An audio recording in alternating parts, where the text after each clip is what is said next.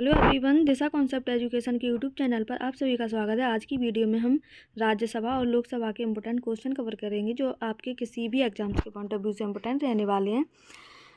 तो शुरू करते हैं आज की क्लास। सबसे पहले हम देखेंगे राज्यसभा और लोकसभा किसके अंग होते हैं। तो ये सब किसके अंग होते हैं? संसद के अंग होते हैं। और संसद कौन से अनुच्छेद में आता है? अनुच्छेद 79। और अनुच्छेद 79 क्या कहता है कि संघ के लिए एक संसद होगी। और राज्यसभा उच्च सदन कहलाता है, लोकसभा निम्न सदन कहलाता है। और राज्यसभा अनुच्छेद 80 में है और लोकसभा अनुच्छेद 81 में है। और राज्यसभा को स्थायी सदन के रूप में जाना जाता है, लोकसभा को अस्थायी सदस्य के रूप में जाना जाता है। और इसका कार्य क्या होता है? संसद का कार्य होता है केंद्र स्तर पर विधि निर्माण। तो सबसे पहले हम पढ़ेंगे लोकसभा के बारे में। और राष्ट्रपति के बारे में बात करें तो राष्ट्रपति कौन से अनुच्छेद में है? अनुच्छेद 52 में। अब क्वेश्चन, सबसे पहला क्वेश्चन है लोकसभा का गठन कब हुआ? तो इसका राइट आंसर होगा ऑप्शन नंबर ए, 17 अप्रैल 1952 को लोकसभा का गठन हुआ। अगला क्वेश्चन है लोकसभा के पहले सत्र का आयोजन कब किया गया था? तो इसका राइट आंसर होगा ऑप्शन नंबर बी, 13 मई 1952 को लोकसभा का पहले सत्र का आयोजन किया गया था। अगला क्वेश्चन है लोकसभा के पहले अध्यक्ष कौन थे? तो इसका राइट आंसर होगा ऑप्शन नंबर सी, लोकसभा के पहले अध्यक्ष थे श्री जीवी मावलंकर। अगला क्वेश्चन है कार्यकाल। हाँ, सबसे पहले देखेंगे इनका कार्यकाल। जो जीवी मावलंकर थे, इनका कार्यकाल क्या था? तो कार्यकाल था 15 मई 1952 से 27 फरवरी 1956 तक। और लोकसभा की पहली महिला अध्यक्ष कौन थी? मीरा कुमार। अब अगला क्वेश्चन है लोकसभा के पहले उपाध्यक्ष कौन थे? तो इसका राइट आंसर होगा option number B, Shri M Anant Siyaram Ayyangar. और इनका कार्यकाल कितना था? 30 मई 1952 से 7 मार्च 1956 तक। अगला क्वेश्चन है संसद के अंग कौन से हैं? तो इसका राइट आंसर होगा option number D, Lok Sabha, Rajya Sabha और राष्ट्रपति। ये तीनों किसके अंग हैं? संसद के अंग हैं।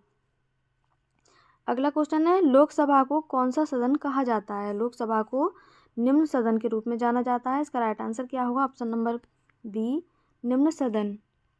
अगला क्वेश्चन लोकसभा के सदस्य बनने के लिए न्यूनतम आयु कितनी होनी चाहिए? तो इसका राइट आंसर होगा ऑप्शन नंबर ए, 25 वर्ष।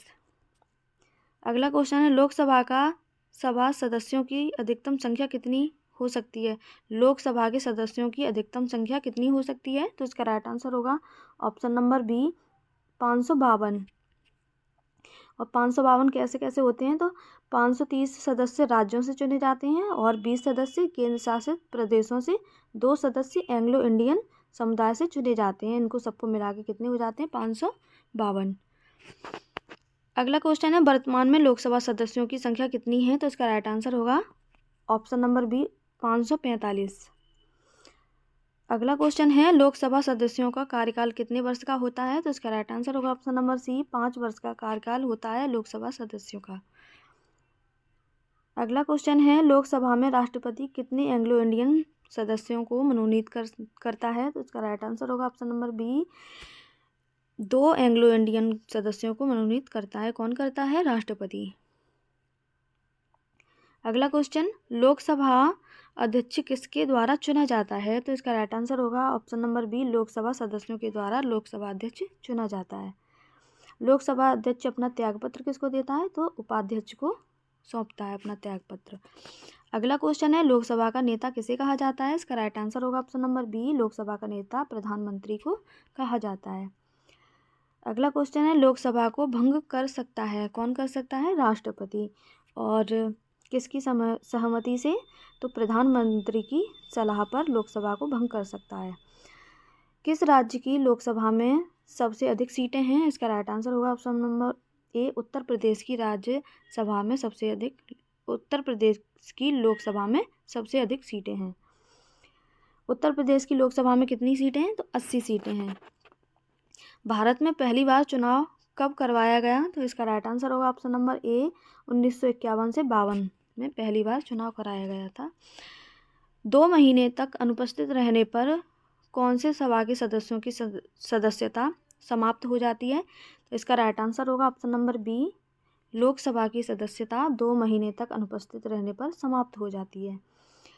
धन विधेयक बिल को कहाँ प्रस्तुत किया जाता है? इसका राइट आंसर होगा ऑप्शन नंबर बी, लोकसभा में धन विधेयक बिल को प्रस्तुत किया जाता है।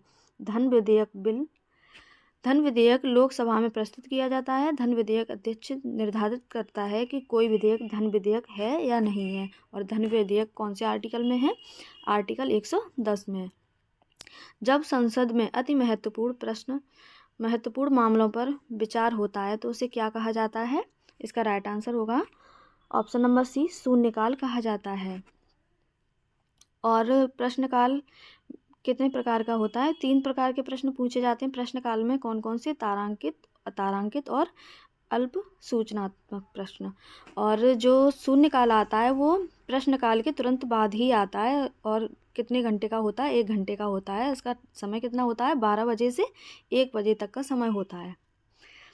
अगला क्वेश्चन है, भारत के प्रथम चुनाव आयुक्त कौन थे? तो इसका राइट आंसर होगा भारत के प्रथम चुनाव आयुक्त थे option number B, Sukumar Sen. और वर्तमान में कौन है? तो सुशील चंद्रा। वर्तमान में चुनाव आयुक्त कौन है? सुशील चंद्रा। आज की वीडियो में इतना ही। वीडियो पसंद आई हो, वीडियो को लाइक, कमेंट, शेयर करें। हमारे चैनल को सब्सक्राइब करें। धन्यवाद।